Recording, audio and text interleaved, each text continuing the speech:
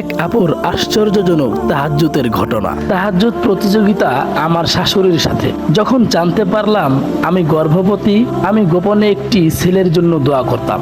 আমি আমার ছোট বোনকে নিজের সন্তানের মতো বড় করেছি, তাই এবার আমি শুধু একজন ছেলেকে বড় করার আনন্দ অনুভব করতে চেয়েছিলাম। কিন্তু আমার শাশুড়ির ছিল অন্য পরিকল্পনা। তিনি সবসময় একটি কন্যা সন্তানের স্বপ্ন দেখতেন, কিন্তু কখনো তা পাননি। তিনি হাসলেন এবং বললেন, চলো তাহাজ্জুদের প্রতিযোগিতা করি। তুমি একটি ছেলের জন্য দোয়া করো, আমি একটি মেয়ের জন্য দোয়া করব, দেখি কে জেতে। আর সেই থেকেই আমরা দুজনেই রাতের শেষ অংশে আমাদের দোয়া ফিস করে বলতে শুরু করলাম। প্রথম আল্ট্রাসাউন্ড যমজ। আমরা দুজনেই হাসলাম এবং কেঁদে ফেললাম, যেন আল্লাহ মৃদুস্বরে বললেন, প্রতিযোগিতার দরকার নেই, তোমরা দুজনেই জিতেছো।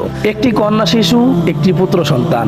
আমার ছেলে দুর্বল ছিল এবং এনআইসিইউতে থাকতে হয়েছিল, কিন্তু আলহামদুলিল্লাহ আজ তারা দুজনেই সুস্থ এবং 3 বছর বয়সে পদার্পণ করেছে। আমাদের দ্বিগুণ আনন্দ, আমাদের দ্বিগুণ দোয়ার ফল। তাহাজ্জুদ সত্যি এক অসাধারণ কিছু। আপনার জীবনে এমন কিছু কি ঘটেছে যেখানে আপনি হয়তো অনেকটা আশা ছেড়ে দিয়েছিলেন, কিন্তু পরবর্তীতে আল্লাহ তাআলা কবুল করেছেন? হয়ে থাকলে কমেন্টে জানাতে পারেন।